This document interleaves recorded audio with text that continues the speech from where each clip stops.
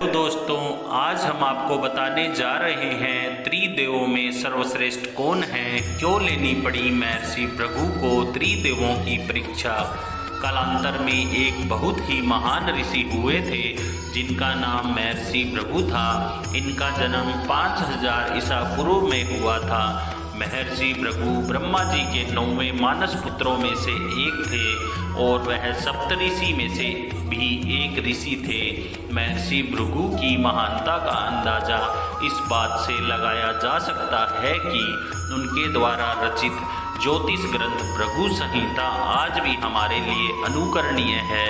आपको बता दें कि महर्षि की इस संहिता द्वारा किसी भी इंसान के 3 जन्मों का फल निकाला जा सकता है। धर्म ग्रंथों के अनुसार महर्षि भृगु ब्रह्मा जी के मानस पुत्र हैं। उनकी पत्नी का नाम ख्याति था जो राजा दक्ष की पुत्री थी। महर्षि भृगु सप्तऋषि मंडल के एक ऋषि हैं जो सावन और भाद्रपद में भगवान सूर्य के रथ पर सवार रहते हैं। आज हम आपको भृगु ऋषि और त्रिदेवों से जुड़ा एक ऐसा प्रसंग बताएंगे जिसे सुनकर आप सोच में पड़ जाएंगे।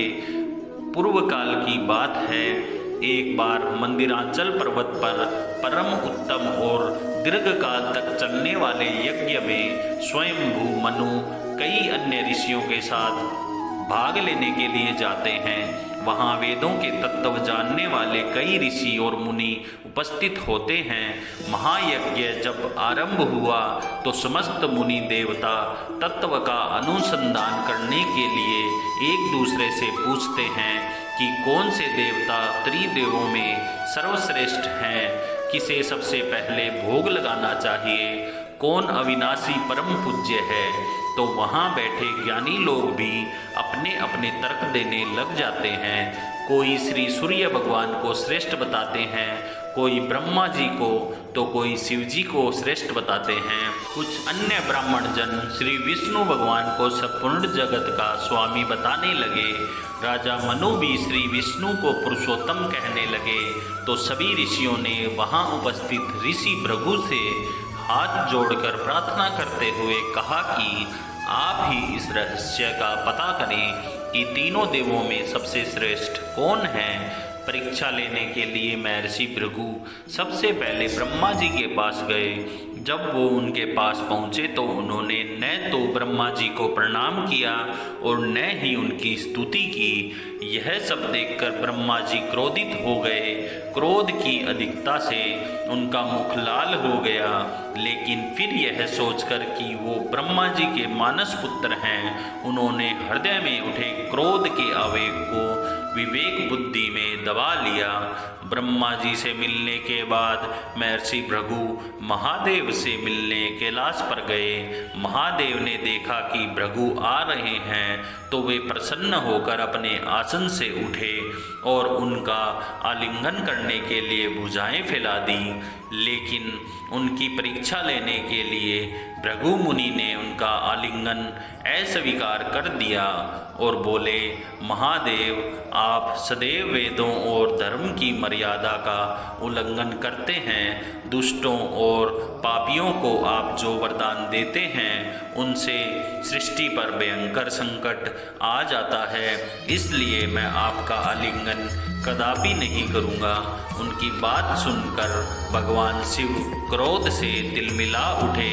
उन्होंने जैसे ही त्रिशूल उठाकर उन्हें मारना चाहा, वैसे ही भगवती माता सती ने बहुत अनुनय विनय किया और किसी तरह से उनका क्रोध शांत किया।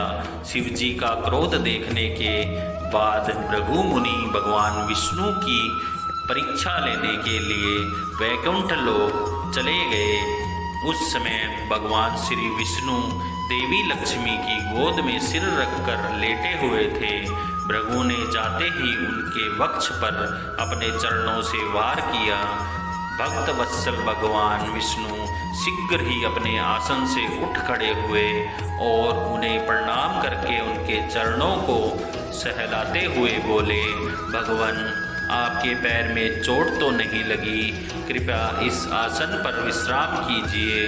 भगवान, मुझे आपके शुभ आगमन का ज्ञान न था, इसलिए मैं आपका स्वागत नहीं कर सका। आपके चरणों का स्पर्श समस्त तीर्थों को पवित्र करवाने वाला है। आपके चरणों के स्पर्श से आज मैं धन्य हो गया हूँ।